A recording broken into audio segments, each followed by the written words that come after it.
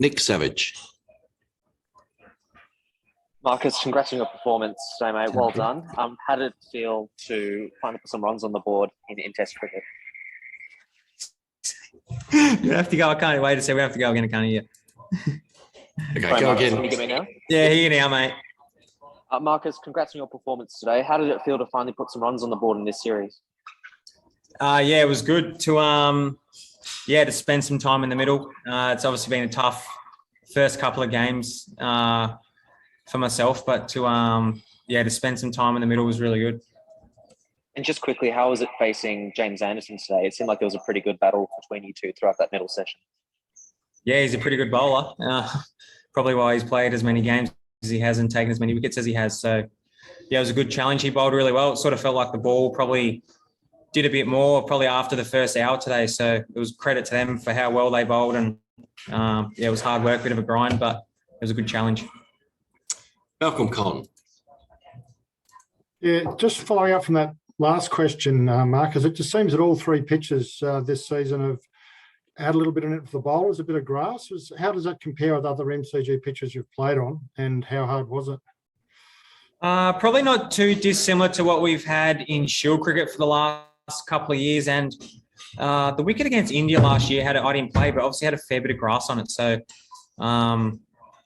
it generally stays pretty similar for the whole game. So I can't see it getting a whole lot easier to bat on, but obviously there's a bit in it there's enough there for the bowlers, and if you're willing to occupy the crease, there's runs there to be had as well. Thank you. Sam Landsberger. G'day, Marcus. Congratulations on your innings today and yesterday. Just wondering what the support from JL meant last week. I mean, there's a little bit of talk about your place in the team. Did that sort of support and backing really still instill you with confidence that you come out and show your talents today? Yeah, I've been really fortunate with the support that I've had the whole summer. It can be hard personally when the team's going well and you haven't quite contributed like you want to. And obviously talk starts about you supporting the team. But to be fair, all the staff like the coaching staff, selectors have been so supportive. So I haven't had to worry about that stuff at all. Personally, you want to do well all the time, but credit to all the coaches and all the selectors. They've been brilliant so far, so I couldn't ask for any more. Alex Melbourne. Just can I quickly, Cole, how's the hand, Marcus? What happened yesterday? And was that pretty sore? It split sort of, you probably can't see on there. It split sort of in the middle of my finger there. So I think I had like an old scar. So we had to glue it last night and then had to glue it a couple more times today while I was batting. So I don't know, might need a couple stitches after the game, but it wasn't too bad. Alex Malcolm. Well done, Marcus. Just a couple of questions. What did you need to do from a technical and planning standpoint on this particular surface? It's been really tough to bat on, as you mentioned. What did you do well today that perhaps you haven't quite done so far this series? I think my plan coming into the game, I just watched a bit of old footage from 2018 series against India and just probably noticed I was playing the ball just a fraction later. So coming into this game, is probably my main focus was to try and play the ball a little bit later, which I did for that night session in Adelaide. But then coming out the next day, I probably pushed the ball a little bit hard, which sort of brought in my dismissal to Stuart Broad. So my sort of focus was to play the ball a bit later. And on this wicket, with it moving around, you got to give yourself as much time as you can. And second question, what was that atmosphere like? It's been a tough year for this city, and you've been here during the lockdowns. It just felt like the place was pumping as you guys were bowling particularly well. Oh, yeah, that was great. That was, absolutely bouncing for 40-odd thousand. It felt like there was 100,000. And when Starkey was on that hat trick, it was unbelievable. And then when Scotty Boland ran down to Bay 13 at the end, then after those 2 wickets in that over, that was brilliant. So that was that was something you dream of as a kid to be a part of, and it was brilliant. Andrew Ramsey.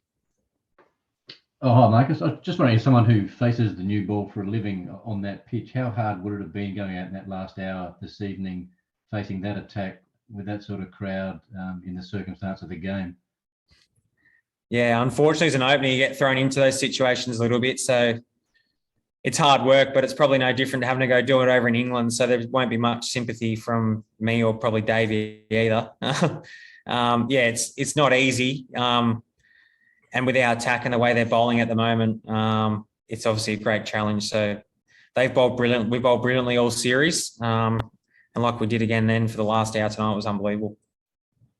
Two more here, folks. We'll go to Scott Bailey, then Dean Wilson to finish off. We could just go 2 questions, if possible. Marcus, so I'll move away from that reaction. Just firstly, was there any point in the, I guess, last week or immediately after Adelaide, if you did actually think that, you know, whether you'd be playing this test match, or was JL immediately, I guess, throwing his support behind you personally as well? No, I haven't. I haven't wavered of anything from coaches or selectors through the whole series. They've been really good. The support's been amazing. So as a player, that can put your mind at ease a bit.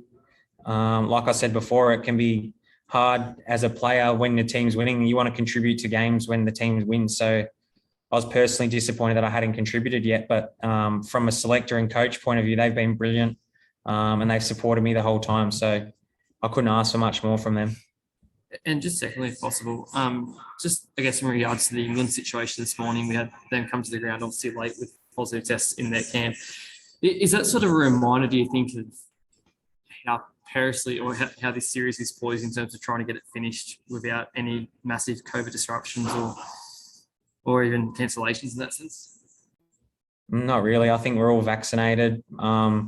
Everyone's doing the right thing. Everyone's trying their hardest. So there's going to be hiccups. It's the world we live in. But I think, like you saw, you can get games played. I don't think it's as big of a meltdown issue as what some people will make it out to be. There's going to be issues that arise, but there's things in place, and everyone's trying their hardest to make sure the games are played. So I'm not sure. I think in this, with everyone, obviously, like I said, with the vaccination and stuff, people are recovering quickly. So I think we'll find a way to get it done. Last one, guys. Dean Wilson, and then Jimmy Anderson will be in.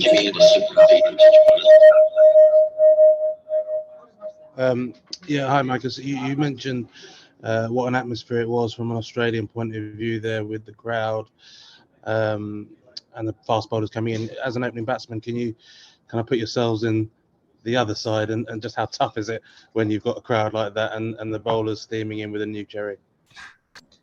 Yeah, I probably won't ever forget personally, like opening in the Ashes over in England and, Joffa running in or Stuart Broad. So the shoes on both feet. I know as an opening batter, you just got to try and concentrate on the balls and try and block out the noise as much as you can. It can be hard when there's 50,000 people going mental, but that's what's great about playing international cricket and playing for your country, that you get put into those situations and you can end up probably enjoying it because I know everyone would love to be in that situation. Thanks, Dean, and thanks to Marcus for joining us tonight. Jimmy Anderson will be in about 30 seconds. Thanks, Thank guys. you. You're right, mate.